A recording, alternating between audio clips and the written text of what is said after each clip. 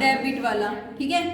Furniture to cash, cash में क्या लिखेंगे, बाय फर्नीचर। हमेशा डेबिट में आता है टू और क्रेडिट में आता है बाय फर्नीचर। कितना, 20,000। अब नेक्स्ट ट्रांजेक्शन देखते हैं, फिफ्थ, परचेजेस टू कैश। क्या आएगा, बाय परचेजेस, ठीक है। क्रेडिट है तो क्रेडिट साइड नाम कौन था, डेबिट वाला, ठीक है। उसके बाद फिर नेक्स्ट ट्रांजेक्शन देखो, 14, क्या एंट्री है, विशाल ट्रेडिंग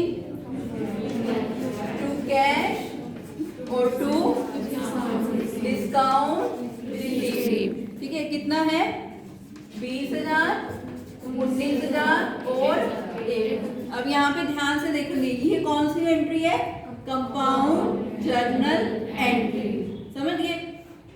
यहाँ पे हमने कैश का अकाउंट लेना है, और अगर हम एंट्री डालें तो एक विशाल ट्रेडिंग का भी खुलेगा, और हम देखें तो कौन सा खुलेगा, डिस्काउंट रिसीव, ठीक है।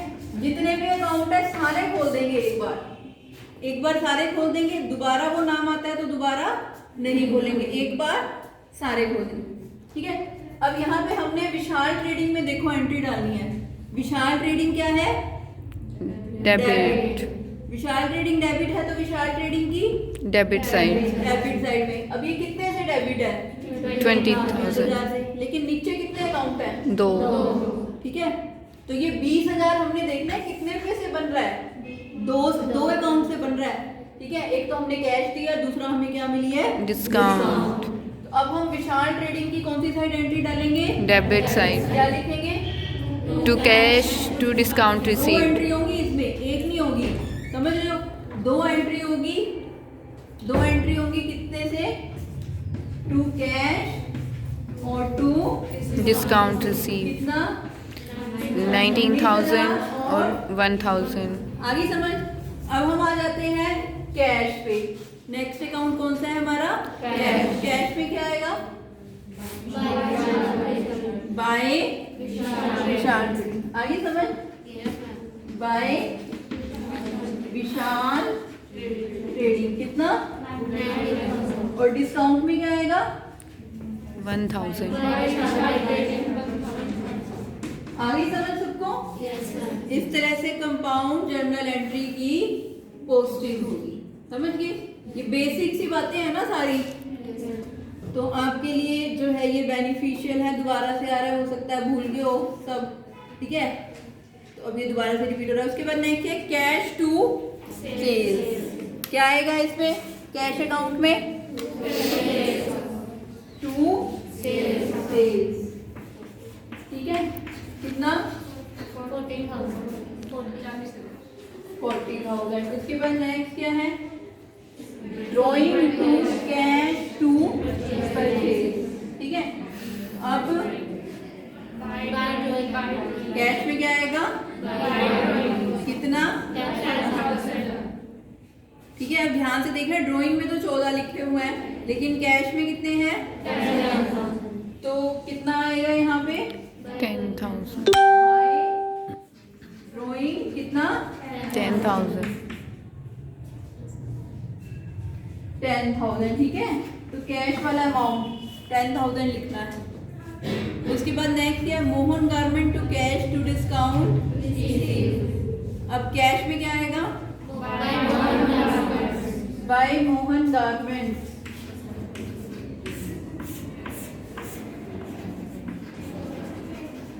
बाय मोहन गारमेंट कितना, 7,800,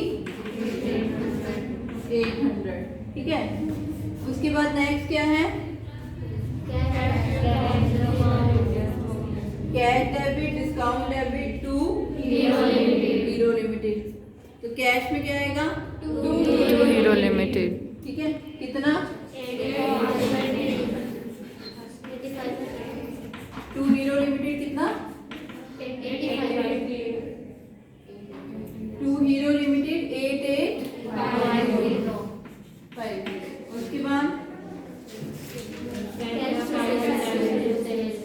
कैश टू सेल्स कितना आएगा? टू सेल्स टू सेल्स कितना? 12,000. उसके बाद रेंट सैलरी टू कैश, तो कितना आएगा यहाँ पे? By rent by By rent, salary by salary कितना? 2000 और ठीक है। तो इस तरह से हमने ये कैश से रिलेटेड सारी ट्रांजैक्शंस लिख दी। इसी तरह हम सारे अकाउंट खोल लेंगे। जैसे कैश के बाद नेक्स्ट क्या है? कैपिटल, फिर फर्नीचर, फिर परचेज। इस तरह से सारे अकाउंट हम ओपन कर देंगे। ठीक है, आगे सबको पोस्टिंग करनी कर लोगे ये सारी पोस्टिंग? ठीक है, ये होती है जर्नल से लेजर में जब हम लिखते हैं। ये जितने भी अकाउंट खोले हुए हैं, ठीक है, ये सारा लेजर है। और जर्नल से लेजर में लिखने को क्या कहते हैं? पोस्टिंग करना। ठीक है, अब हम करते हैं बैलेंसिंग करना। बैलेंसिंग में क्या होता है? इस साइड का टोटल करते हैं और इस साइड का टोटल करते हैं, दोनों साइड का टोटल करते हैं, फिर डिफरेंस निकालते हैं। ठीक है, तो अब हम इसका कैश का देख लेते हैं कैसे करेंगे। ठीक है,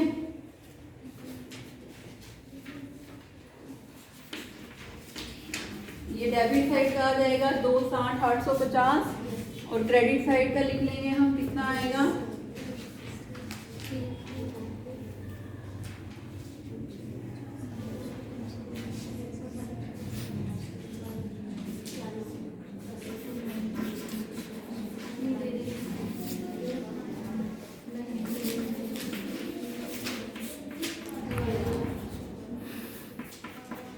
ये आ गया 1,12,800।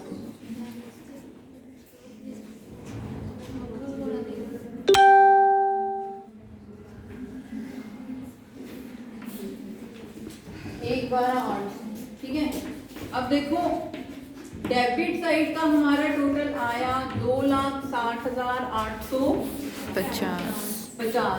ठीक है, ये हमने डेबिट साइड का टोटल लिख लिया। ये लिख लिया क्रेडिट साइड का 1,12,800। ठीक है, अब जिस भी अकाउंट का हमने बैलेंस निकालना है, डेबिट साइड का टोटल करेंगे और क्रेडिट का। ठीक है, तो अब दोनों में से डिफरेंस ले लेंगे।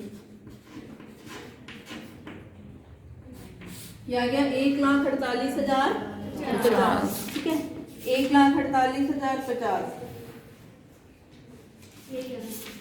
ठीक है, तो ये 1,48,050 हमने दोनों को अब टोटल दोनों साइड का इक्वल करना है। ठीक है, तो कौन सी साइड कम है? क्रेडिट वाली। तो हम इसको कौन सी साइड लिख देंगे? By balance CD। ठीक है, कितना? 1,48,050। अब दोनों साइड का टोटल हम यहाँ पे इक्वल कर देंगे। 2,60,850। 2,60,850। ठीक है, तो इस तरह से हमने ये कैश अकाउंट का टोटल किया है, बैलेंस किया है। ठीक है, ऐसे ही हम जो भी जितने भी पर्सनल अकाउंट हैं, जितने भी रियल अकाउंट हैं, सबका टोटल करेंगे, सबका बैलेंस निकालेंगे। ठीक है, ऐसे ही इसमें आप एक और अकाउंट देखो, जैसे विशाल ट्रेडिंग कंपनी है। ठीक है, विशाल ट्रेडिंग कंपनी में क्रेडिट साइड भी टोटल कितना आ रहा है? 25,000। डेबिट साइड भी टोटल कितना आ रहा है? 25,000। तो इसमें कोई बैलेंस नहीं है। जब दोनों साइड का टोटल इक्वल होगा तो कोई भी बैलेंस नहीं निकलेगा। ऐसे ही हम देख लेते हैं जो है हमारा पवन ब्रदर्स का अकाउंट है या हीरो लिमिटेड का अकाउंट है। ठीक है, ठीक है, जैसे हीरो लिमिटेड का अकाउंट है हमारा 27,000 है इधर, और इधर कितना आ रहा है? 9,000। तो डेबिट साइड का टोटल ज्यादा आ रहा है, क्रेडिट का कितना है? कम। तो डिफरेंस कितना आएगा? 27 में से 9 गए 18,000। कौन सी साइड लिखेंगे? कम वाली साइड। कम वाली साइड कौन सी है? क्रेडिट। तो बाय बैलेंस CD लिख देंगे, कितना? 18,000। ठीक है, फिर उस बैलेंस को आगे ले आएंगे अगले महीने। जैसे अब 2016 अप्रैल में ये हो गया, फिर अगला महीना कौन सा आएगा? मई में टू बैलेंस जिस साइड बैलेंस ज्यादा था वहीं पहुंच जाएगा ये। हमने कौन सी साइड लिखा था पिछले महीने? कम वाली साइड में, किसी भी अकाउंट का है, कौन सी साइड लिखा था? कम, ठीक है। लेकिन वो है तो कौन सी साइड का ज्यादा? डेबिट का ज्यादा था, कम वाली साइड लिखा था बराबर करने के लिए। अब अगले महीने वो उसी साइड आ जाएगा। बाय बैलेंस सीडी है, अगले महीने कहाँ गया? By balance to balance debit में हमेशा क्या आता है? टू। क्रेडिट में हमेशा क्या आता है? बाय। ठीक है, यहाँ पे